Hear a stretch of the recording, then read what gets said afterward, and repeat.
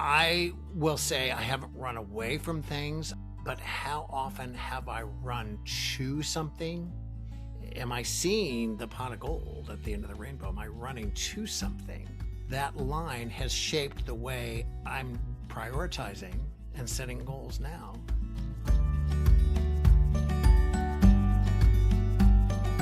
Do you want to know the secret to success? Welcome to rulesforsuccess.com, a platform that unites the accomplished and the ambitious. We're here to arm you with the invaluable knowledge of individuals who have paved their own path to success. And now let's get into the show with dynamic host Joseph Varghese. Hi friends, Joseph Varghese here, and we are on our podcast, rulesforsuccess.com. Today I have on for interview, Randall Kenneth Jones. He's a dynamic author, speaker, podcaster, and creative whose vibrant journey lives life in a way that makes Forrest Gump look like a recluse.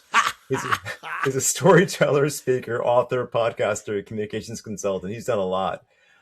He's also somebody who's reinvented himself, and I'm very passionate about reinvention, that ideas. We'll talk about his journey. I'm envious and in awe because he has a journey that's full of lots of creativity. For me, I've had to figure that out over the years, from being an engineer to tapping into that. He's got great things happening in his world as a leader, as a speaker, marketing, and much more. So we'll tap into all of that.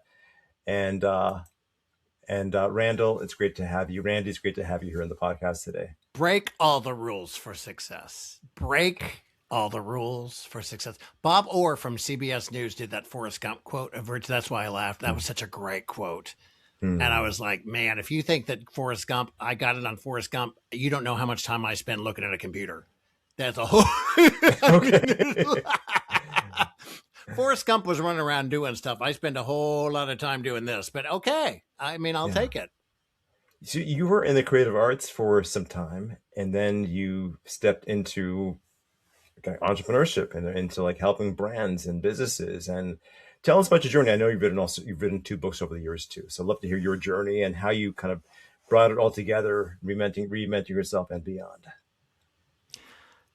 You know, I'm going to reshape it a little bit because I am an arts kid. I was a theater kid. I sang. I was in band. I was in speech. I was a competitive speaker, speaking competitively in junior high. And I had a topic one year that was about the rights of seniors, I'm sure I said the elderly or whatever we said at the time. And here I am fighting for the rights of people in mid-Missouri that, you know, it was like nobody cared about. We weren't talking about that in the 70s. And now I'm a senior.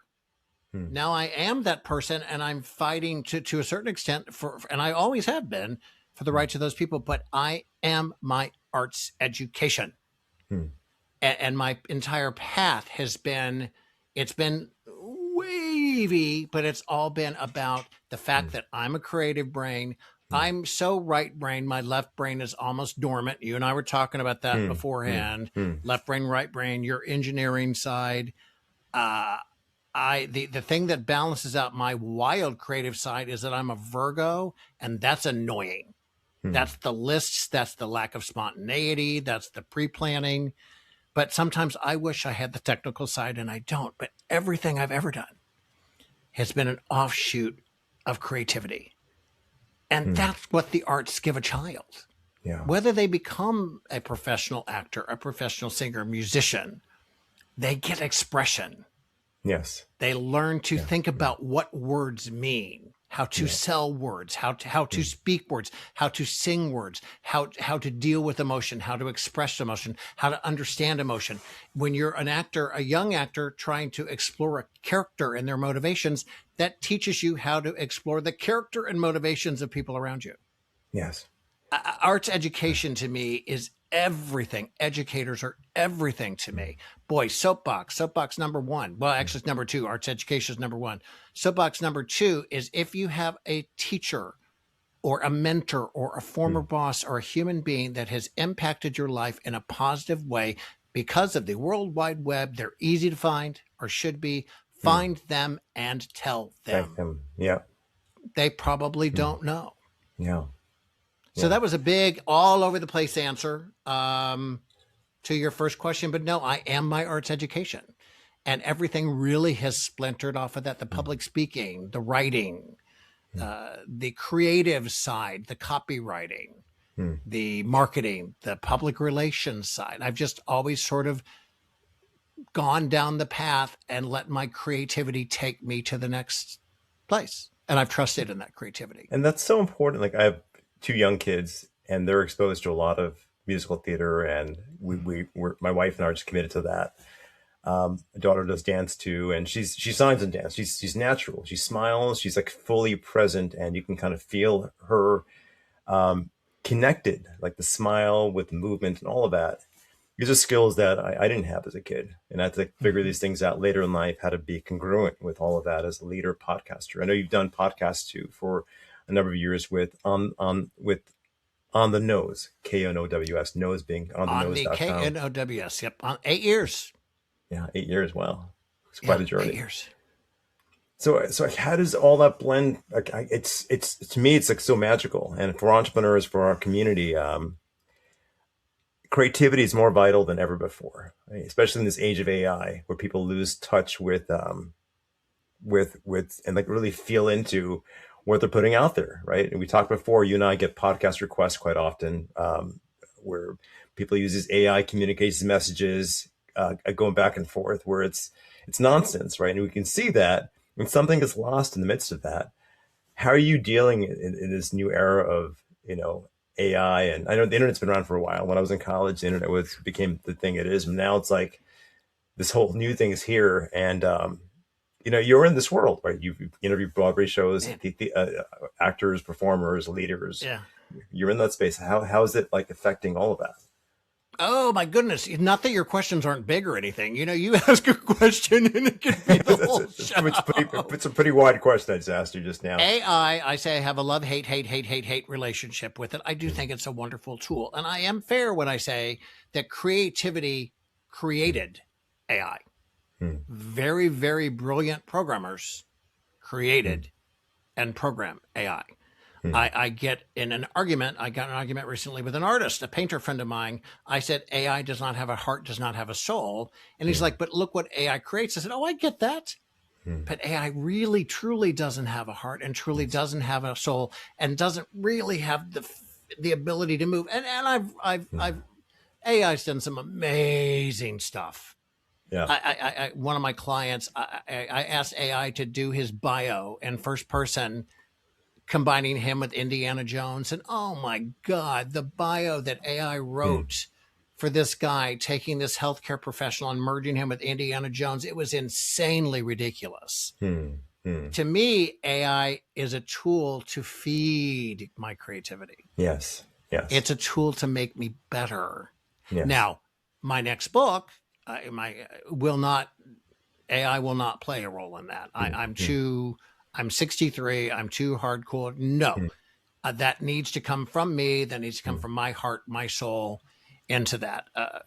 Will not use that tool then. But I keep telling people, you need to do what AI cannot do. Yeah. That's where you need to focus your work. Now, I really was very anti-AI for a while. Up until recently, I guess, right? I mean, up until like 2 weeks ago, 3 weeks ago, a month ago, I really was like, no, ChatGPT, no, and then we talked about this before. We both have podcasts. We get pitches all the time. I get pitches as a writer, as an author. I get all these pitches. They're AI generated. It took me about 3.5 days to realize they're all nonsense. None of these people have read my book. None of these people have listened to my podcast. They haven't done it. So my intellect was smart enough to know, see right through you. A real human being is not behind this message. Yeah. I try and put my voice into messages too when I send out like audio messages and so forth. I'm a big believer in video and audio, so that get people to know I'm a real person. It's not some sort of technology team. We do use a bunch of automations, like the things we do to scale, but it's just so important. And I feel people have lost the ability to feel, right? Really connect with the words, their thoughts, and something gets lost in the process of that. Like we go numb to life and the world. And but we do use a lot of AI. I even teach AI. We have like a challenge we do once a month, but I teach people how to use AI responsibly. And the biggest thing I teach people to use AI is how to go out and juggle, right? Go out there and juggle, engage in critical thinking, go out in nature, like do all the things so it's not controlling you. You maintain your sovereign self. But that's a whole other conversation, right? I really want to tap into your brilliance, your genius, the things you're up to. I can easily go down that path. Well, you had me with juggle. You got me. I was like, ooh, yeah. So yeah, we may have to circle back to that when you had me with juggle. Yeah. No, I'm connection is everything. My podcast really is. Well, there's two aspects I'm on the nose.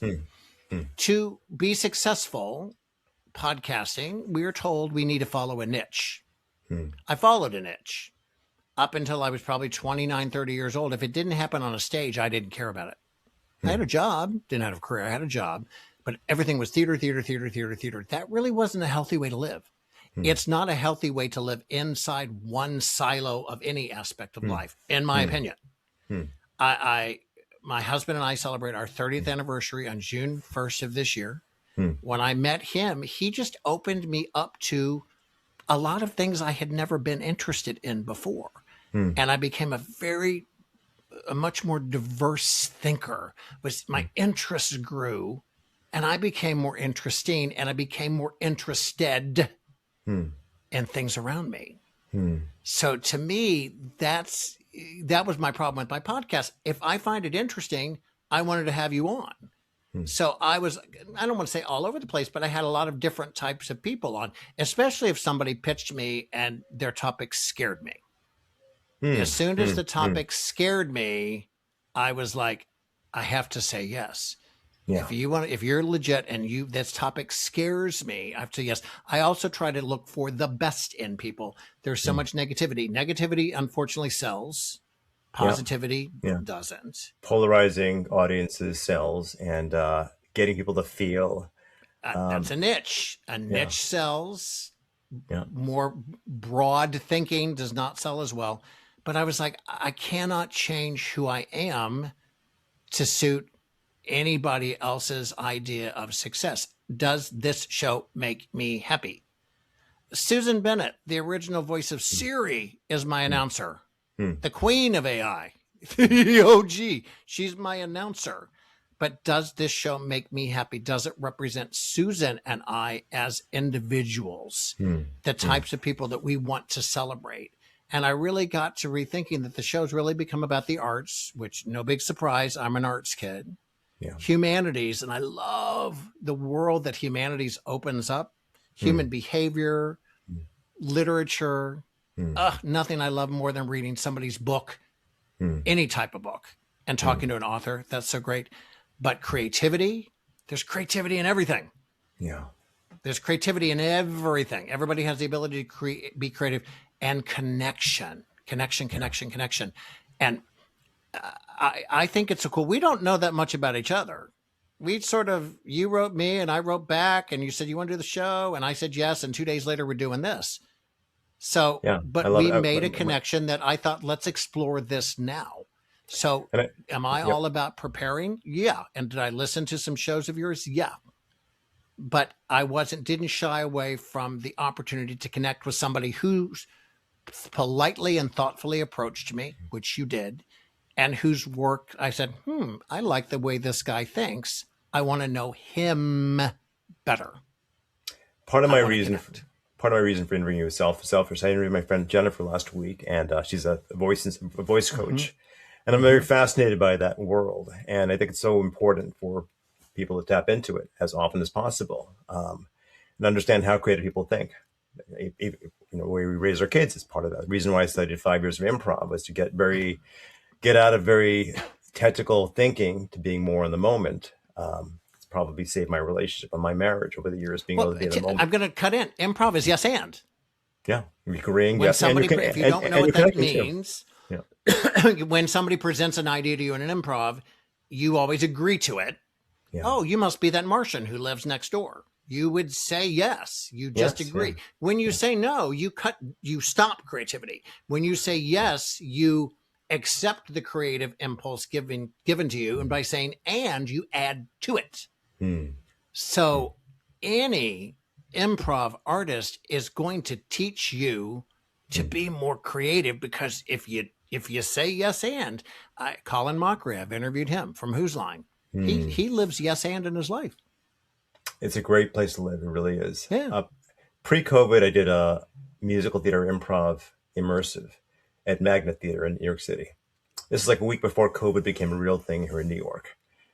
And what I did, we didn't realize, my wife was home, the kids were home, or like they're young kids. My daughter especially was in Montessori school, and tapping into music and song and being able to create in the moment was very useful. The first year, bringing entertainment in a very challenging world, like as the news and the things were shown us in New York City, and it's more into that. But I think improv is one of the most brilliant things. I think everyone should get involved with improv. I led enrichments. My daughter went to new school, public school, and I took on being the chair for enrichment. And I was a bit disappointed when they declined my idea of bringing improv into the school. They were kind of stuck with the things we were doing in the past, and people just don't realize how vital it is. And yes, and connection, eye contact, adding more, right? Really raising the bar. There's, of course, a bit of a status exchange. Those little things are happen there, but it's really about moving the conversation forward. And it's so important to move the conversation forward in anything we do and everything we do. I mean, as a keynote, I use improv. I will, definitely as a presenter, it's my, I'm a little bit stand up as well. And the way I do that, but at the same time, I have improv exercises that if it fits the group and if it fits their goals, I'll actually include improv as part of that presentation. And I've had some hysterically wonderful results with that. Wonderful results with actually engaging people, having them in my audience. I will say that when someone is in my audience and I'm doing a keynote, people typically don't leave, because chances are real good I'm going to say something. A little spontaneity. If you're trying to leave in the middle of my show, there's a good chance you're going to be in the show, and people kind of quickly go, oh. So not in a mean way, not in a mean way. A good comedian does that too. He acknowledges what's happening in the room. That's a good comedian. Yeah. Living in the moment, being present. Let's talk about that. Like, when I researched your background, what I read is that you, I think at the age of 50, you realized that you couldn't listen. I talk too much. And you shifted that. You basically shifted that, and you started doing this podcast, right? The past 8 years. What did you learn on that journey? And I believe your book is about that. Your first book that you wrote is about that topic. What did you learn on that journey? I talk too much. Big shock. You know that right now. Everybody knew that within like the first 3 minutes when I was I get that. I'm presentational. I'm a theater kid. I talk too much. I love to tell my stories. My husband, God bless him, has heard them all a million times and nods and smiles every time. He still does. But I just thought, you know what? I need to shut up. I'm 50 years old. I've got to shut up. And the best way to do that, to force myself to listen, I had moved to Naples, Florida. I went to the paper and I said, there's all these successful people here. You and I are the same about lifelong learning.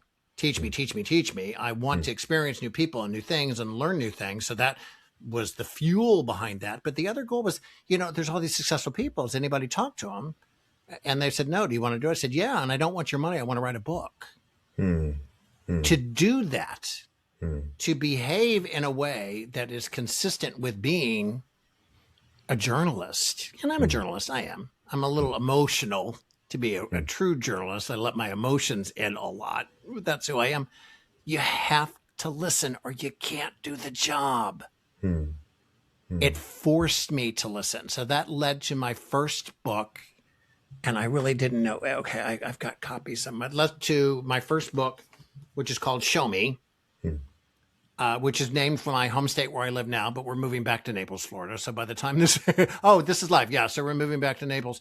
My first book was Show Me, and it was a series of interviews on what I learned from all these incredible, talented people that live there full-time, part-time, or pass through.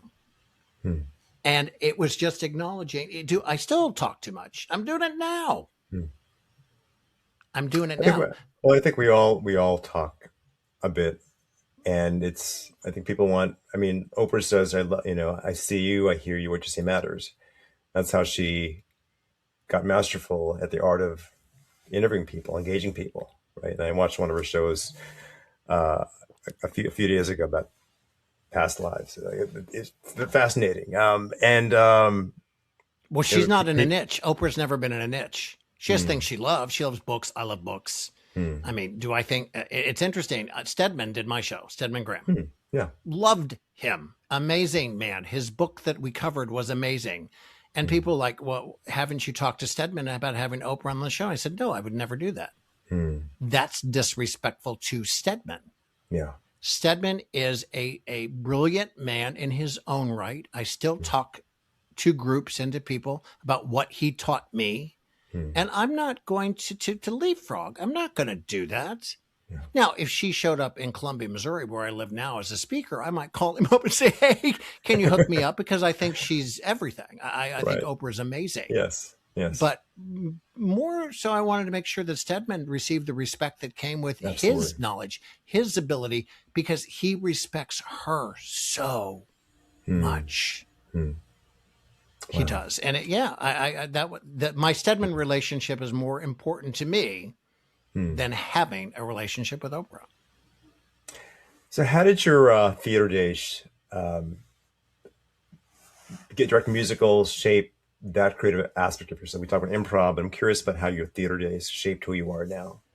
Well, it's storytelling. I mean, when it comes right down to it, I'm a storyteller. I've told some now. I tell them on stage, really, as a keynote. I'm really a series of anecdotal, funny. Some are sad, some are tough, things that have taught me things that I really want to share. As a theater director, I'm telling a story. I'm painting a picture with all these different components, and it's total immersion. It's like when I'm writing a book, and Sue Monk Kidd said to me, writing a book is like being alone with yourself in the very best way possible, which I thought was kind of amazing. When I direct theater, it's to me like painting, because I'm moving images, and it's like how are they juxtaposed? But it's so dynamic because there's levels and there's layers and there's volume and there's character. How does it look? What does it mean? What are they saying? What are they telling? How do they say it? It's to me one of the most fascinating things you can ever do. Is to be able to craft a group of people together on stage, and I listen to them. That's my thing. I will absolutely always. I'm not ever the smartest person in the room. It's never happened once. It's never going to happen. I'm the smartest person in the room because I know everybody's smarter than me. Everybody has an idea. I'm going to shut up and listen and let people contribute. I had a meeting with a client today, and somebody who'd been in many, many, many meetings. We were talking about different ways to promote something. She'd been quiet, and she spoke up confidently and said, this is my idea. It's the best idea I'd heard in those meetings in a year. Wow. The best idea I'd heard in a year. I literally, on the Zoom call, applauded the Zoom call. I was like, this is so cool, because she had the best idea. I don't need to be the smartest. I don't need to be the most creative. I need to do the job right. I need to tell the story. I need to collaborate. Yeah. I need to listen. I need people to understand. And I will say this, I'll say to the camera, every single person is creative. And if you're in a situation where you're afraid to contribute, I'm sorry, because that's on the people who have created that environment for you. You deserve to be in an environment where you can be heard. Yeah. Because you just never know where the great idea is going to come from. You don't. So how do you get people to collaborate? How do you get people to share their voice more often? Let's say when it comes to. I think I'm a whole lot of fun. I would like to say, I mean, I think you kind of know. I applaud Zoom calls. I mean, that's a pretty good positive feedback that I like what she said. I say it. I make it crystal clear to people that I work with. I want to hear what you think. I want you, if you're an actor on stage, well, what do you think they mean? Where do you think you should go? The collaboration, it's the connection. It's putting brains together. And AI arguably does that as well. AI puts brains together. I get that. But it's the active human aspect of putting brains together. And it's just fun. Yeah. And You it's get by. rewarding and it's real and it's spontaneous Would you say you get and it buy into means something. Yeah. more people intentionally put themselves into the project itself when they Yeah. have a voice and they're adding something to what's going to happen next campaign or whatnot? Yeah. Yeah. So what else have you learned from doing these podcasts over the years, from On the Nose, from interviewing all these greats and other Broadway actors, directors, producers, creative people? I think Bob Berg was also in a podcast too at some point. What else? Bob What else? Berg. Oh, have you met him? I've known Bob for 20 years, and we had him on our podcast Oh, but 3-4 years ago. he's amazing. He's amazing. I have everybody asked me about this. The people that I'm probably most associated with is yes, Erin Brockovich has done my show several times. Yes, she is a very dear friend of mine. Yes, she's a huge influencer in my life. What's interesting to me is every conversation we have on the phone, and they can be 3 hours. We're old school. We were raised in the 70s and 80s when we used a phone. We could stay on the phone for 3 hours. Every single conversation I have with that woman could be a podcast. Every one. Every single one could be a podcast because she explores and lives so actively in her life and in life and is such a thinker. Yeah. And it is fascinating. I've said the story a million times. I wanted to meet Pat Benatar in 1982. I was doing singing telegrams Yeah. for a job. I sent her one. It worked. I went backstage. I bounced around on my knee. I was Prince Charming. I took 6 dozen balloons. 33 years later, we reconnected. She just did my show. I saw that. She just Yeah. did On the Nose. And you've watched that show, and she is so much more than music. That's what's fascinating to me. Talk to somebody about their belief system outside of what their core competency is. What else do they contribute? Just her views on life and aging and learning. Crazy. One of my favorite stories, Carmine from Laverne and Shirley, Eddie Mecca. May he rest in peace. What a wonderful man. Gary Marshall, once again. And Cindy Williams, actually, she passed away. Cindy Williams did my show, but Gary Marshall did not do the show. But Eddie Mecca told the story. He gets cast on Laverne and Shirley in the 70s. And okay, for those of you who don't know, go on YouTube, get some Laverne and Shirley, Eddie Mecca. And Gary Marshall sets him down and said, I want to know everything you can do. And he literally gets his resume, everything he can do, what he's played, what his talents are, what his skills are, so that he could be able to have the option to include that in this Carmine, the Big Red Goo character. How else do you think Carmine tap danced, sang, and boxed? Yeah. Eddie was cast to be a boxer. Yeah. Who became a singing, tap dancing boxer because Gary Marshall had the sense to say, I want to know everything you can do. Apply that anywhere. Hello.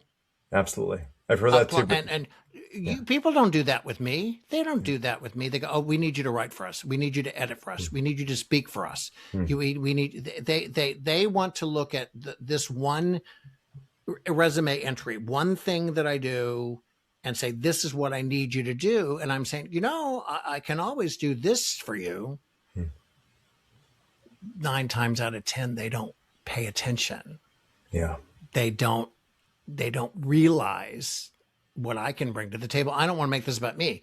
They don't realize what all of you people are selling you short.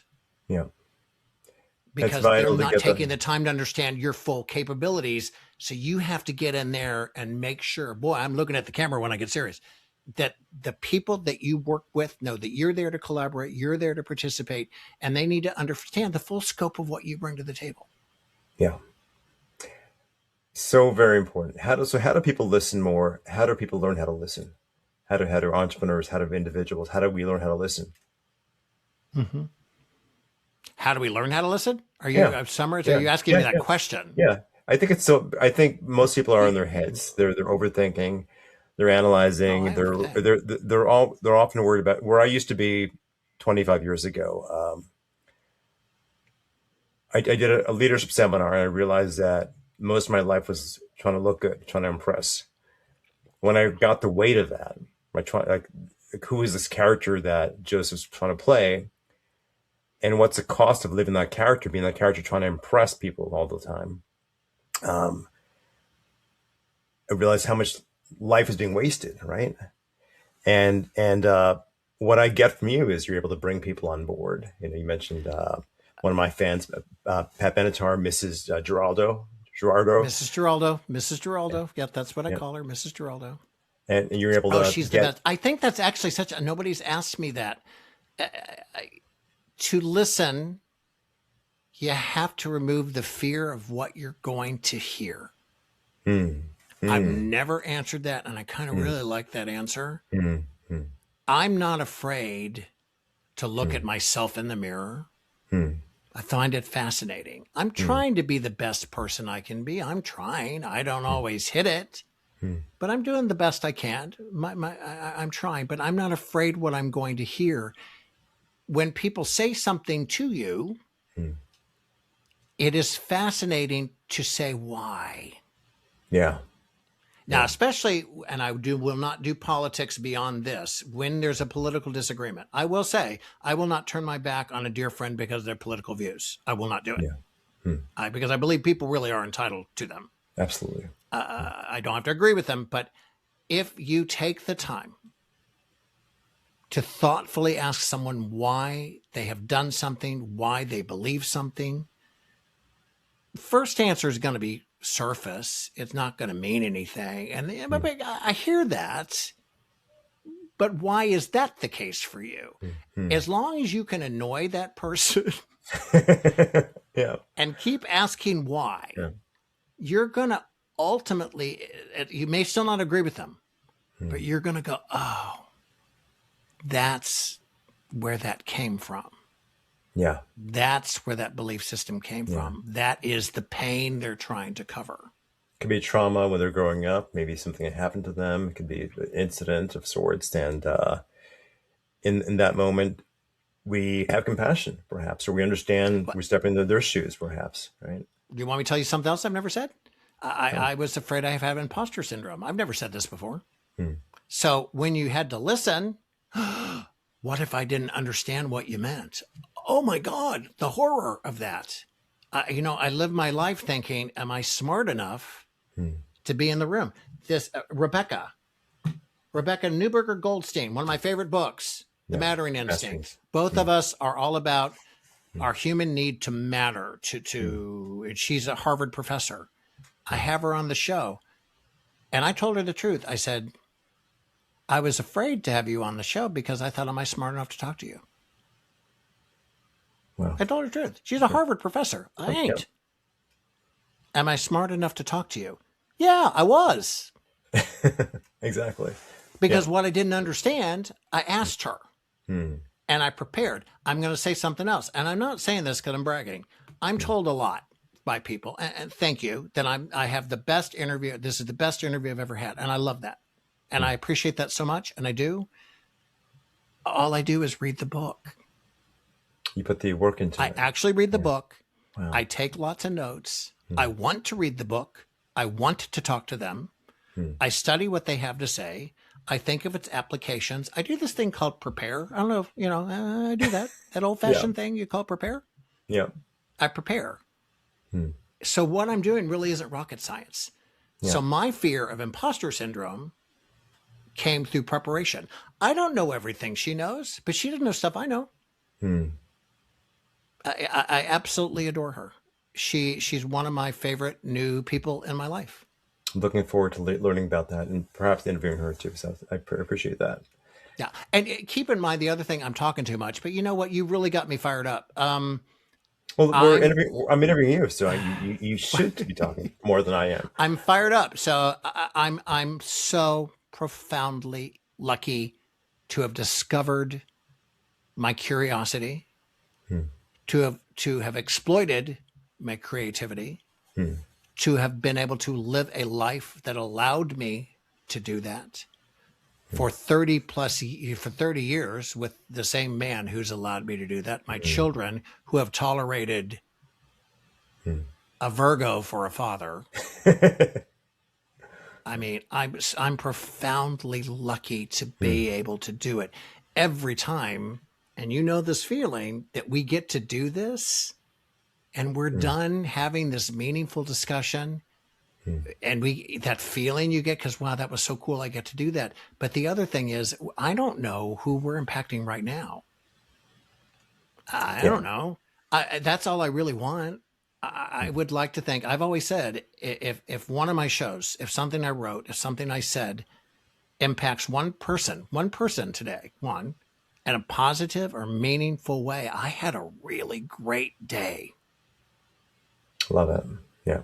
Had a really great day. So, and you've asked me stuff that I've been asked a lot, and you got me on some stuff that I've not been asked. So thank you for that. That's cool. Let's try this question. So you're at 63 now. I'm 63. So a decade ahead of me at this point. And you look like you're 33, which is unfair, but I'll just go ahead and throw that in there. So okay. Yeah, that's just not fair. Yeah. I thank 20 years of managing inflammation for myself. A whole other conversation. I had a heart condition years ago, and I found out that if I didn't manage it, then I would need a transplant like my mom did. And I've learned over the years how to manage stress in ways that people can't imagine. So I've dealt with that. I don't have that condition anymore, but it was a gift, right? And I believe that all these things, what we're given to ourselves each day is a gift, whatever circumstances. And if we embrace the gifts that we have, extraordinary things can happen. That's what I believe. You're focused now on giving joy away, right? Like, what does that look like into the next 10, 20 years? What is, and you're doing it right now with your podcast and these interviews and supporting organizations and companies. And I'm doing what I'm doing, and I'm not stopping doing this. I carved myself out. I almost say the retirement business. My dad called me when he was 66, 32 years ago, and said, son, this retirement thing ain't going to work for you. Don't think it's going to, because it's not all it's cracked up to be. It's not going to work for you. So I applaud, and I'm happy for all these people on Facebook who are retiring. I love it for them. I love it for you. I'm proud of you. I'm happy for you. I think that's great that you got to retire, but I'm sad because if you're celebrating your retirement, how did you spend your career? Yeah. I cannot celebrate the end of the opportunities I have to create or to learn or to meet people. Ending this would be a tragedy for me. And so there's no reason to end it. I've got Ruby is my second book that came out that is inspired by, it's fiction. And Ruby is based on characteristic. Mark Victor Hansen, Chicken Soup for the Soul, discovered the book, published the book. The people, the storyline is inspired, and the opening talks about from so many different people I've read. Cynthia Rhodes, who was in Dirty Dancing, little movie some people have seen. Blonde dancer, gets pregnant. She causes the problem that creates the film. I told Cynthia when I met her, I'm the only journalist she's talked to in like 35 years. I love her. She's so wonderful. She's a perfect human being. And I said to Cynthia, I said, I can't write fiction. I can't write fiction. I can't write fiction. I do nonfiction. I can't write fiction. And I'm like, well, hey, why would you ever tell yourself no? And she just took out her little Cynthia Rhodes fairy dust and said, oh, no, I think you're wrong, Randy. I think you're talented. You can do whatever you want to do. A week later, I had the outline for this book about a woman named Cynthia. Wow. Love that. Inspired by Cynthia Rhodes from Dirty Dancing. Of course. And I've got 2 more books planned for Ruby. Cynthia is in one of the books. She may be in another book. Ruby is the key character. I never thought I would write a fiction book. So I told myself no. Yeah. And now I want to. I've got 2 more planned. I love that. Our tagline for our podcast, for my business, is dare to play bigger, bolder, and better. And the idea is to get better. You get better each day by being a little bolder each day, by doing things that are uncomfortable each day. And you basically tapped into all of that in like the last 3-4 questions I asked you. Getting uncomfortable, at my office, I have a quote on the wall, not here, but in my office, which is about half a mile away. It's by the improv professional Day Close, I believe his name is. It took us from a studio in New York City, Follow the Fear. And you are somebody who's willing to do that on a regular basis. That's very inspiring, awe-inspiring when I hear that. A brand new book. Oh my goodness, do I have it anywhere? Rob Shooter has a brand new book called "It Started with a Whisper." I'm I love that you get the interview engages people and actually have conversations and go deep and deep. There it is. It Started with a Whisper. Rob Shooter. He's a gossip columnist. But he's a gossip columnist with a heart. And then again, isn't everything gossip now? Okay, that's preview of that show. There was something that was discussed in this book. There was a plot point that hit me. So you can get a lesson everywhere. It was one of the characters was told, stop running away from something, run to something. And I went, I read it and I read it again. I mean, outside of the context of this plot line, I was like, wow. I will say I haven't run away from things. I have removed myself from situations that were not positive and that were not helpful. Sometimes I haven't, sometimes I have, but I think largely when I've left something behind, I've had a somewhat valid reason for doing that. But how often have I run to something? Maybe never.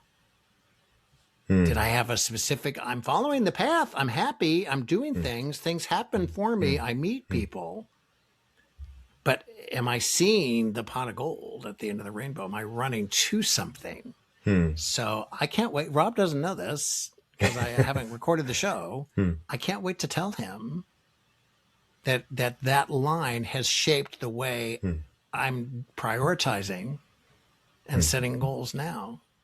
I hear that. Even before we started this call, we talked about even your kids. They're in 30s now. They're growing up. They're adults, right? They're at that stage of life, and how you're challenging them, inspiring them to take on different roles in your business or the things you're up to, so they think they can potentially develop a skill, right? That could value that they can grow on as they move forward in their lives. So I hear you're also encouraging that next generation to do that as well. For me, my why is that my kids are significantly younger and start a little later in life. It's generational impact. And I hear you're actively looking to, impact people positively and generations that come to. I'm just happy that I discovered the joy of that even later. Arguably, I think I probably lived a fairly selfish life, even though I've been a good provider. I was a very black and white dad. This is all right. This is not. That was more fear-based than anything. My kids, I've done some crazy stuff on stage. I can't embarrass them. It can't be done. They take me with a grain of salt, but they listen to me. They're the coolest two people in the world. They're wildly different. My daughter has finally admitted she's like me. She's a Virgo, and I always say to her, I said, honey, don't let the Virgo win. Don't let the Virgo win. Fight the Virgo. Fight the Virgo. Don't let the Virgo win. The Virgo will kill you. The Virgo is can be a very challenging way of being precise and living so structured with no spontaneity. And they both are different sides of my personality. And I think it's cool that now the kids will let you know, as difficult as the terrible twos are, the terrible 22s weren't great. I'm telling you, I mean, I was like 18 to 26 was like, because they cut you off. They do not want to know what you have to say. And my friend Amelia Antonetti had said something. She's a human behaviorist and she's so worth following. She's amazing. She said something that at a point in time, you have to stop parenting your children and learn to mentor them. What she said that a little late for me. I wish I'd heard that a good 5, 6, 7 years before I met her. So would that be like 20s, 18, 20, where you start mentoring them? I think it hits about at the 18th birthday. If you think past 18, you're parenting, you're not. They're not going to let you. They're just not going to let you. And my house, my rules, my money. Yeah, that didn't work. That Doesn't work. Yeah. Didn't work for me at all. Yeah. But I do think that I shifted more mentoring naturally, but that was the single best advice. And I was so lucky. I got to tell Dr. Phil this, not directly, but Dr. Phil and Robin said many years ago, we're raising adults, not children. And through my friend Peggy Post at the Emily Post Institute, my very dear friend, I got a chance to write to Dr. Phil about another project and got to tell him that. And I love that. I love acknowledging people who teach you something and get to tell him that I parented. Really, that was my core parental belief. I told my kids that and they were like, that makes sense. You know what? I see that. I get that. Okay. I get that. That makes sense. They got it. They understood what I was doing. So what I interpret that to mean is that even for my kids, right, age almost 8 and almost 11, by acknowledging the adults that they're going to be, right, as they get older and wiser, however young they are now, there's an opportunity to kind of parent them, like basically treat them responsibly in a way where as they get older, as they become adults, then they get to model our behavior. Like it's more about show me. There's a quote up: "Show me what you show me what you say." Right, something about sort. Basically, some of that. You would think I'm in the Show Me state. My book's called Show Me. I would know what that is. I that your takeaway from that is great. But then I'm going to come back at you with another thing, and I've said this before: never lose the child inside. Never lose the spark. Never lose the creativity. Never lose the imagination. Yeah. But as part of being this adult-focused parent, I lost some sense of play. I was so worried about making a mistake. I was so worried about their health. I was so worried about their safety that I probably didn't play. We had a good time. I'm not saying we didn't have fun. I'm not trying to be mean to myself, but in hindsight, I would have tried to have had more fun too. Now, all I know how to do is work. Has anybody figured that out? Yeah, that's true. That's true. Work is my thing. That's my thing. That's my thing. We don't bar hop. We never have. We do dinner parties and stuff, but I'm still more interested in a meaningful conversation than anything else. But not losing the curiosity and the childlike curiosity, but not losing the sense of play. I could have worked on that. I could have been better at that. In retrospect, right? And you're still working on that now and embracing more about it. And I'm going to actually have them watch this. And I don't normally tell them to watch shows, but I'm actually, so thank you. Thank you to you. You're welcome. Because I felt like you've given me an opportunity to say things I've not said. Thank you. And I'm not at all scared to let my own children, I'm not afraid to let them see me fail and to let me see me be human. I'm not. I think it's important. It really is. And I'm definitely focused on generational impact. There are people I've interviewed who've passed on. Some of my closest friends who have interviewed a couple of years ago passed on, and at a young age, in their 50s. And what I'm grateful is like these episodes they live beyond them. So as you know, there are kids who are adults now, or they're 18. One of my good friends, 18, a couple of years ago, when he passed away, get to watch that episode and tap into the wisdom of their dad, even giving them advice as they've entering their 20s now. And for me, that's priceless. Like being able to have this video or what you're saying impact them. And like I see that happen. My with kids a lot of my have clients. this. I told them, I said, the most important things that I want to leave you are these 2 books, because they're what I believe in different formats, nonfiction and fiction, and this series of recordings. I mean, I've got lots of pictures and stuff. I've got 3 plastic tubs full of pictures. Ugh. That I'm so angry at them. I hate the fact that they exist. But what am I supposed to do? But no, that's what you want to leave. And I am, I'm seriously, the Benatar episode was pretty epic.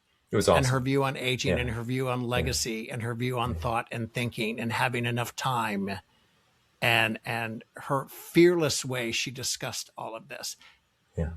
It was pretty epic, and it's really on my mind right now. She was a pioneer. She really was a pioneer, and she is a pioneer, right? She is a pioneer, and Oh, yeah, absolutely. Oh, yeah. And she is as cool as you want her to be. I mentioned it before. The first tape I bought, and we had albums growing up, but the first tape I had to buy for a time capsule project when I was in 1983 with my friend Michael On, talking about World War II and all these sequence of events that happened in a specific year. We had that tape and we basically played songs of that tape while we were there, engaging the audience, the classroom. But it was that album. Which one? She was the one that hit me with the best shot. So Love is a Battlefield. Crimes Love of is a Battle. Passion. Yeah. Well, Love is a Battlefield was a different one. Live from Earth, was that Love is a Battlefield? Hit Me with Your Best Shot was Crimes of Passion. They were both. Did she have a best songs collection, perhaps? Oh, well, she's had 473 of those. Yes. Okay. No, there's a whole lot of compilations. There's a whole, and now there's a ton of playlists. So, Yeah. Best Shot was Crimes of Passion was 80. Live from Earth, which I think had Love is a Battlefield was 81, 82. Yeah. And I'm that big of a fan and that big of a nerd that I actually know those dates. It was that album was very impactful. Yeah. And I love it. When I hear that song on the radio, it's awe-inspiring, right? And it's ahead of its time. And it's so great that you got the interview her in a recent podcast. It's really great. Well, she's been on the show twice. She's my heart. She's yeah. And then we both love books, and we're talking about what books we love and why we love books and the importance of words. And I mean, I can talk to her about music, but that's not usually what we talk about. Just in real life, that's not usually what we talk about. We talk about kids. We talk about parents. We talk about this. Yeah, love it. What you and I are talking about. So, well, Randall, this has been extraordinary. Really appreciate this interview for our audience. Tap into Randall's wisdom. We'll have a link to Randy's podcast, which is called On the Nose. KNOWS. OnTheNose.com. RandallKennethJones.com is everything. Amazing. We'll put that link in. Everything. I'll also put the link to the recent, your second Pat Giraldo Benatar interview in there too as well. So I appreciate this. Thank you for doing this. And I will say to your listeners, please continue to support this incredible man. And what people like us are trying to do is just touch lives and make lives better. And it is harder for us to do it because we're not pissing people off.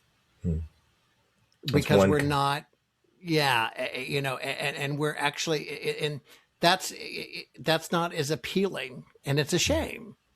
But I thank you for what you're doing. I thank you for reaching out to me. I thank you for this connection. And to those of you watching or listening right now, please continue to support our podcast host and by sharing his stuff, talking about him, letting other people know about this work, because what you're doing is very, very important. Thank you, Randy. And that's at rulesforsuccess.com. Tap into this, the summary, some short clips from this episode, and a mind map. It's one thing we do uniquely with our episodes. We do a mind map kind of summarizing all the things that were covered to make things kind of visually fun and engaging. I appreciate the conversation. Rulesforsuccess.com. That's it for today's episode of rulesforsuccess.com podcast. Join us next week for another inspiring conversation with a successful entrepreneur. Until then, remember to be bold, be courageous, and go after your dreams.